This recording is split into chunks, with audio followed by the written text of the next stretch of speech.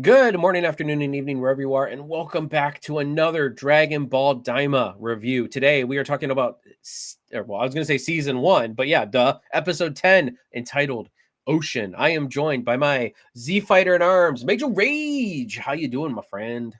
I'm doing great. Excited to talk about this week's episode. So, overall thoughts, man. What was your thoughts on this episode? I know we started to talk a little bit before we started recording, but overall thoughts. A little underwhelmed this week. I think I'm as underwhelmed with the episode as Dr. Aransu is with Majin Ku. I was I mean I always knew that Majin Ku was not like the main bad of the season. Like we all knew Mm-hmm. that. But yeah, he was a little bit like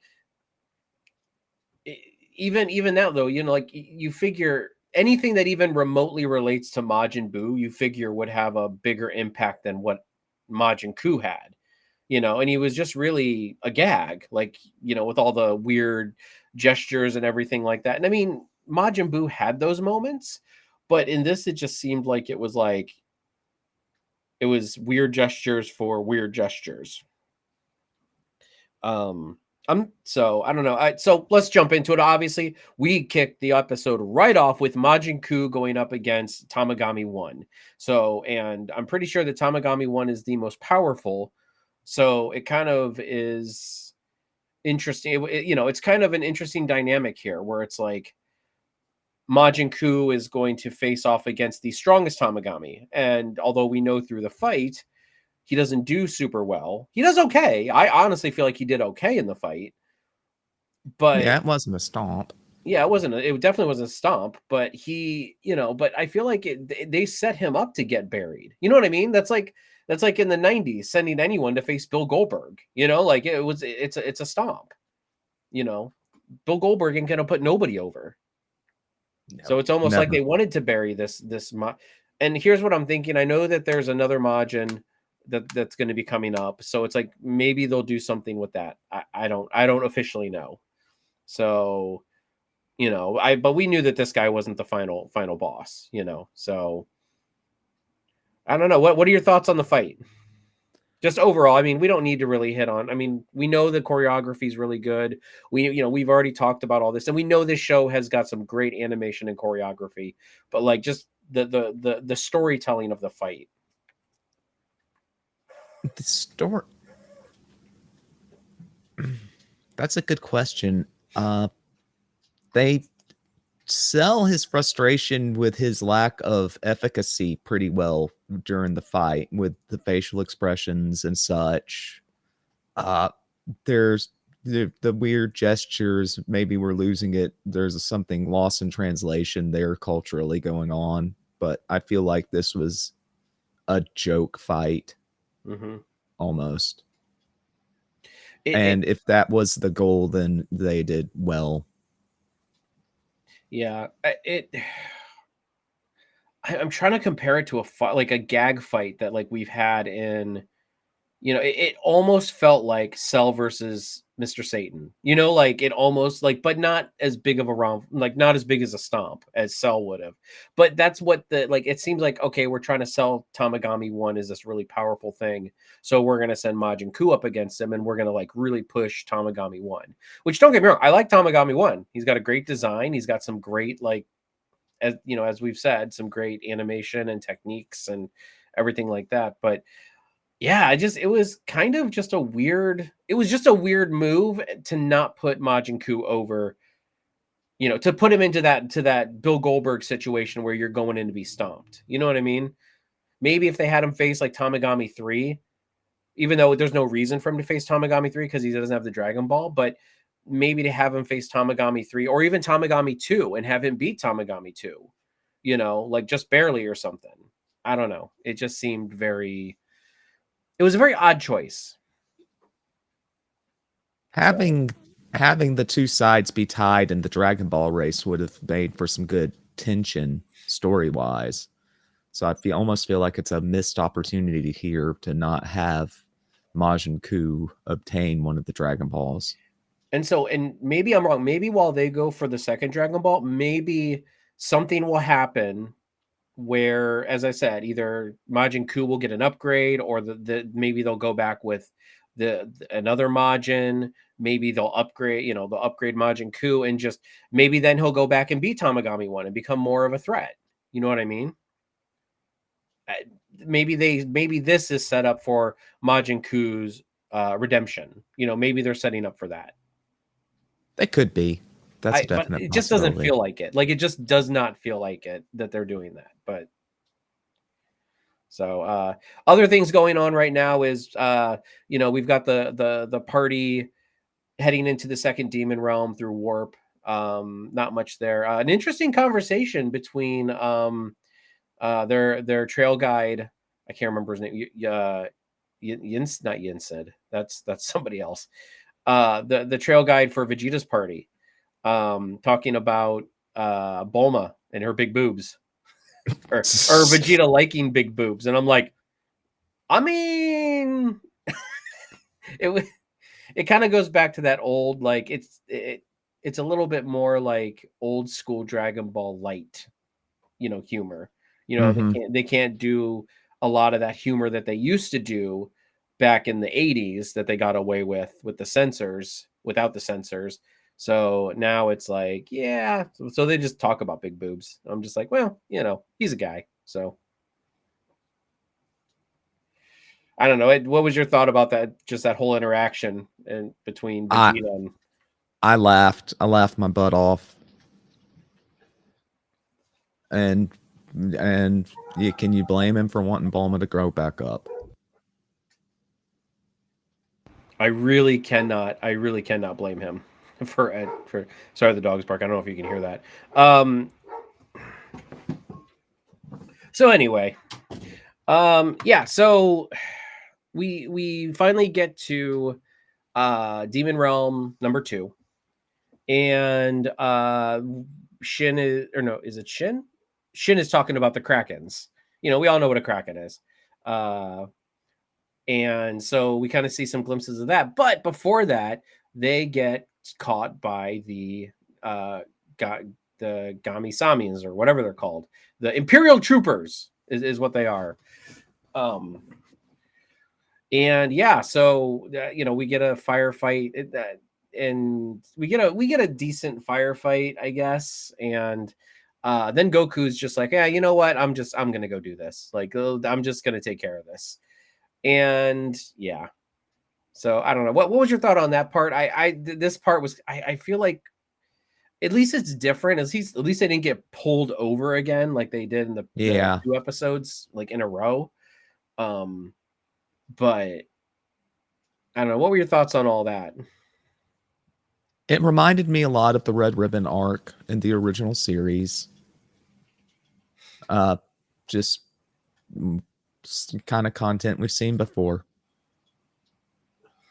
Yeah. And as I said, it wasn't terrible. At least it was different. But at the same time, yeah, like, and I kind of said that early on, is that I kind of wanted to see more of this more like a Red Ribbon arc, where we have Goku and friends kind of just plowing through the Garanzim and whatever army. And we get that. But once Goku takes care of the soldiers and the ships, we get our Kraken. And so yet again, Goku and party lose another vehicle. I don't know what their issue is with these vehicles, but I don't know. So yeah, they all escape. The Kraken grabs the thing and they escape. Pansy goes back in to grab the Dragon Ball and almost gets herself killed. But if not, if she didn't, then they wouldn't have had the Dragon Ball. So good on them. I really thought Goku was going to instant transmission them out. Instead they like flew out.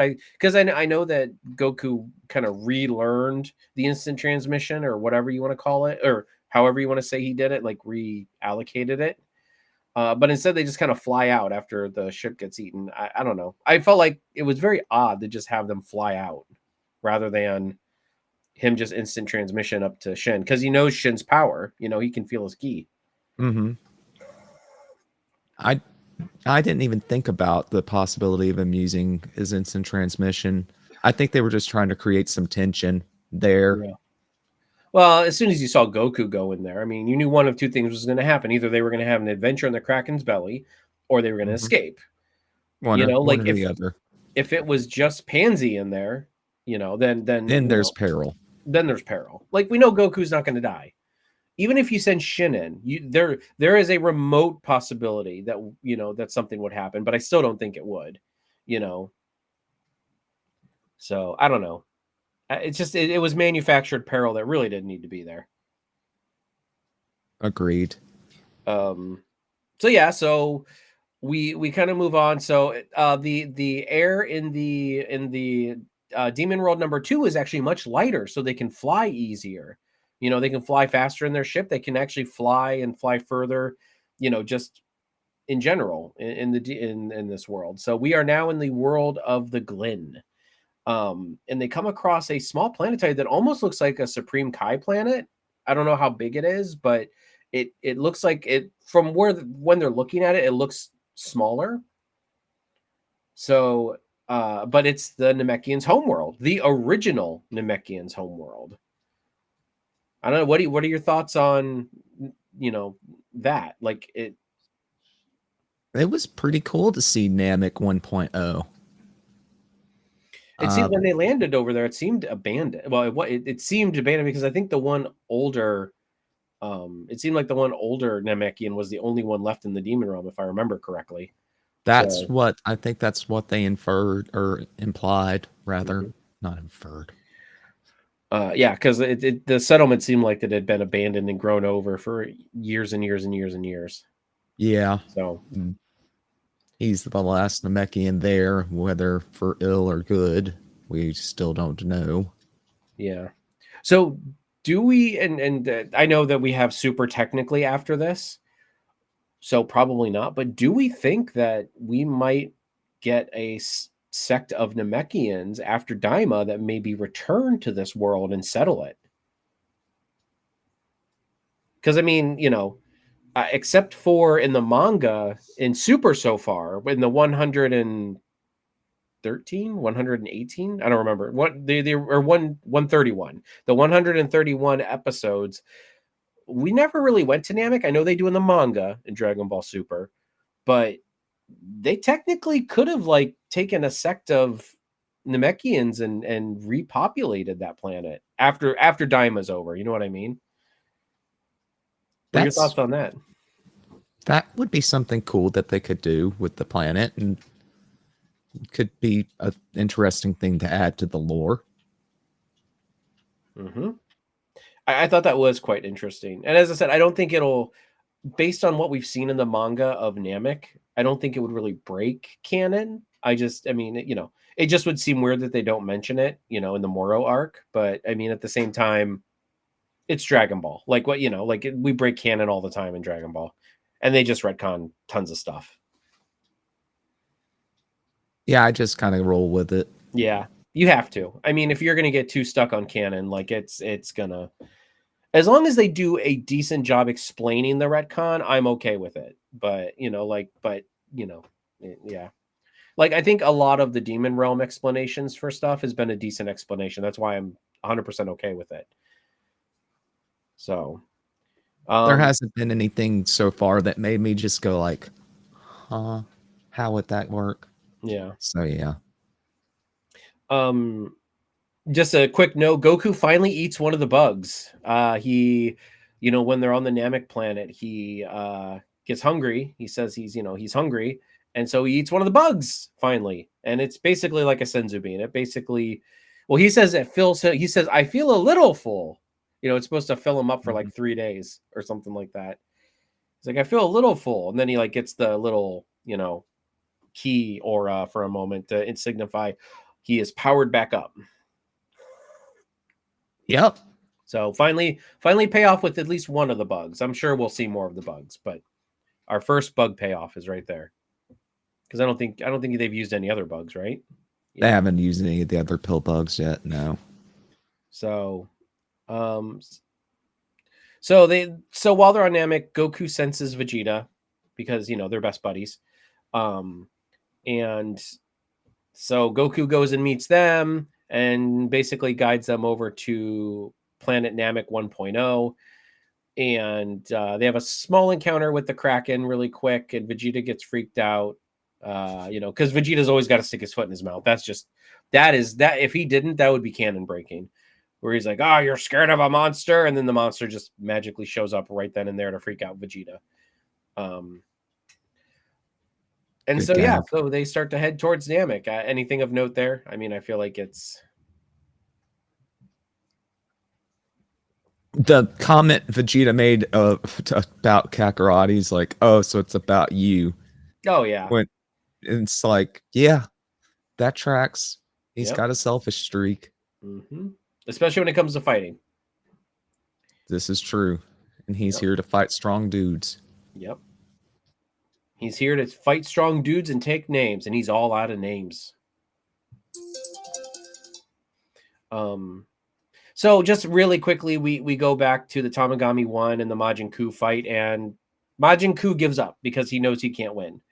And Orinsu is very disappointed, and so apparently this is where their plan is going to, further. That's where I think either they're going to give Majin Ku an upgrade, or there's going to be another Majin.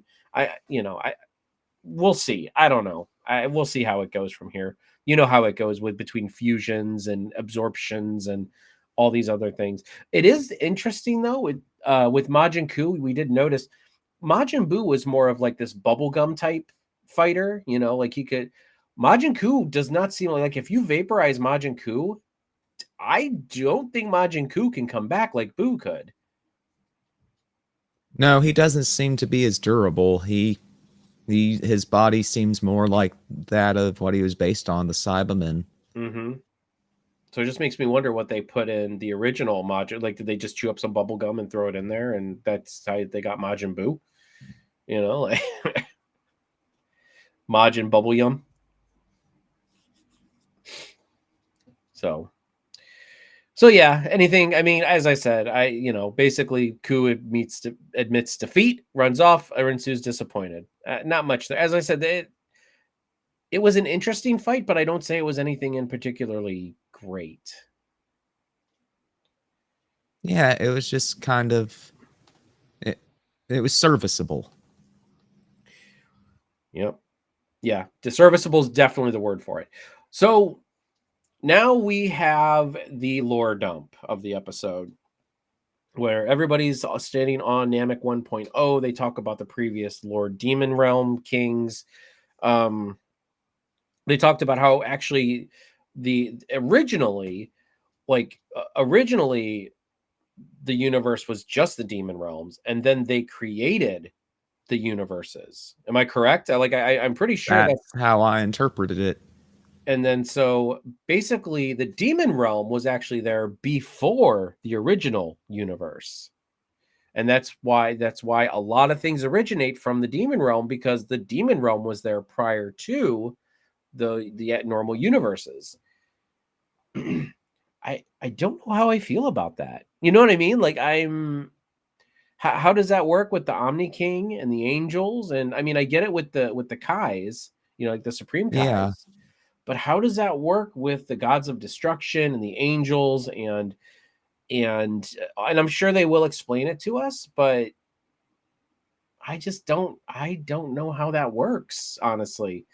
I don't know. What are your thoughts on the lore dump, about so much starting, like everything basically started in the demon realm and then they expanded into, they made the other universes, the multiverse.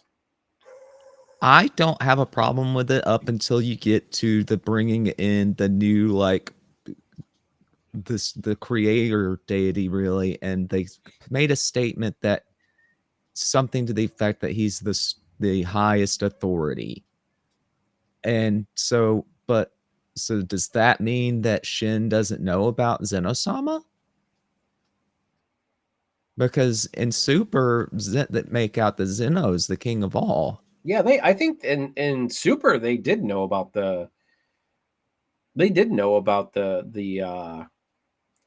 Because wasn't he one of the ones who freaked out with the Omni King and with the Angel? And Yeah, I'm pretty sure guard I'm pretty showed sure up at all the the Glen knew multiverse. about all the Glenkais knew about the Omni King. That I don't know. That's a deep dive topic right there. We got to try to wane through that. That's the thing where it either can be canon breaking or it's kind of hand wavy. You know, like okay, yeah, okay.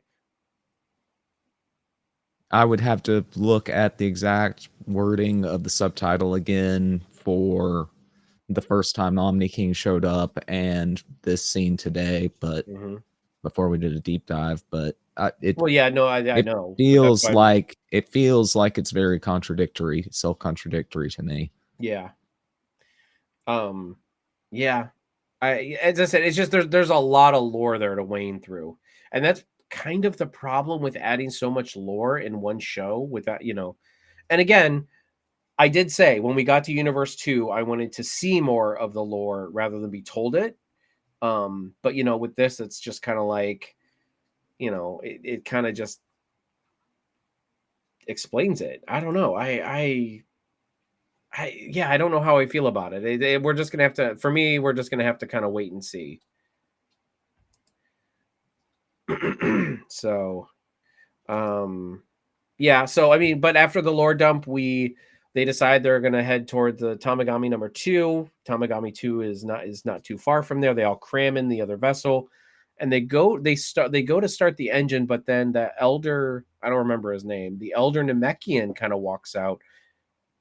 Do we think that the elder Namekian is going to stop them, or do we think, you know, and there's going to be something next episode? Because I know, well, if you haven't watched the preview, I'm not going to spoil anything for you because I don't think you watch the preview sometimes for the next episode. But you know, it just makes me wonder if anything happens with that elder Namekian next time. Yeah, it could be. He could end up being antagonistic towards them. I'm anxious to see next week's episode and find out. I would love to see an interaction. I think that would be a great place for interaction between um Piccolo and that elder Namekian. Um, honestly, I don't know if I want this, but like I wonder if like he would know some kind of like diffusing technique where he could like pull out uh Kami and Nail. Wouldn't that be an interesting conversation? Yes, that would be fun. That would be a dragon short I would be interested in seeing. Like, you know, not even if it's not even like kind of like the Curzon or the not the Curzon, the Dax thing or the Trill thing where they pull out the, you know, the personalities from the symbiote and put them in other people. Like it'd kind of be interesting if like this Elder Namekian had a technique that they could, you know, pull the fusion out of. Ooh, this might be a good way to connect it with the manga because then in the manga, remember Vegeta goes to Yardrat and learns, you know, and learns spirit fission, you know, Hmm. where you can like because he even says in the manga, hey, Namekian, I can unfuse you if you like. You know, and Piccolo's like, no, I'm good, dog. I don't want to lose my power. I'm Yeah. good. But wouldn't that be interesting if like that Elder Namekian knew that technique and that's how Vegeta learned about it? Right. It's a retcon. I get that. But like that's how Vegeta learned. That's why he went to Yardrat then at that point, because he wanted to learn spirit fission. And granted, he didn't mention that in the manga because this obviously wasn't created yet. But it would be an interesting retcon if you think about it. Vegeta is a very smart fighter. I think that that would be something that he would be like, I want to go to, you know, that would make him want to go to Yardrat at that point. You know what I mean? Yeah, I think I'm picking up what you're putting down. Anyway, so yeah, and that's kind of it. I mean, they get ready to head to Tamagami number 2, and as I said, the old Elder Namekian comes out, doesn't do anything. He just walks out of the shadows, walking towards the plane, and it doesn't. As I said, I don't know if he's going to stop them or if he's just being ominous. So I don't know. I, yeah, this episode was a mixed bag for me. I'm not gonna lie, um, because the fight was kind of a letdown, but it again kind of built up Tamagami 1, even though we knew Tamagami 1 was going to be tough. But then it really, really buried Majin Ku. So I don't know, I'm really torn about this episode. So I don't know what. I'll let you do your marks first and maybe give me your overall impression, like your overall reason. I'm still kind of trying to think of my score. I'm anywhere between like a 6 and a 8, 7 maybe at this point. I don't know. I'm bouncing between 6 and 7. Just, I think I'm going to go 7 because I enjoyed the humorous elements of the episode, and that in accepting that this is a comedy series as well as an action series. But the exposition was a little long. I mean, it's yet another lore dump where they tell instead of show. So I've got to knock it a little bit for that. Yeah. I think I'm going to land on a 6. I think I think that I think there's better ways that they could have built up Tamagami 1, and they didn't need to bury Majin Ku for that. It was interesting to send. I honestly thought that they would send Majin Ku. I mean, before last week's episode, I thought that honestly, when Majin Ku was created, they would send him after Goku, Vegeta, Piccolo, like the group. It's interesting though that they sent him, and I think it would have been a great, like you said, like it kind of was a race. Like each party has a ball, and then it's a race for the last one. So I really feel like I really feel like it would have been a great. Yeah, it would have been more of a race to get to Tamagami 1 if Majin Ku went and maybe just barely beat Tamagami 2, and that may happen. Like as I said, we don't know that doesn't happen, you know. So, but at the same time, yeah, I don't know. So we'll see how it goes. But yeah, I think I'm gonna settle on a 6. The lore dump was okay. The rest of it was just kind of meh for me. Anything else to add, my friend? I think we said all that needs to be said. All right, everybody out there in YouTube land, thank you very much for joining us here. If you haven't already, please like, share, and subscribe to NerdTube, the greatest YouTube channel you kind of maybe sort of heard of. We'll catch you guys in the next one. Catch you later. Bye-bye.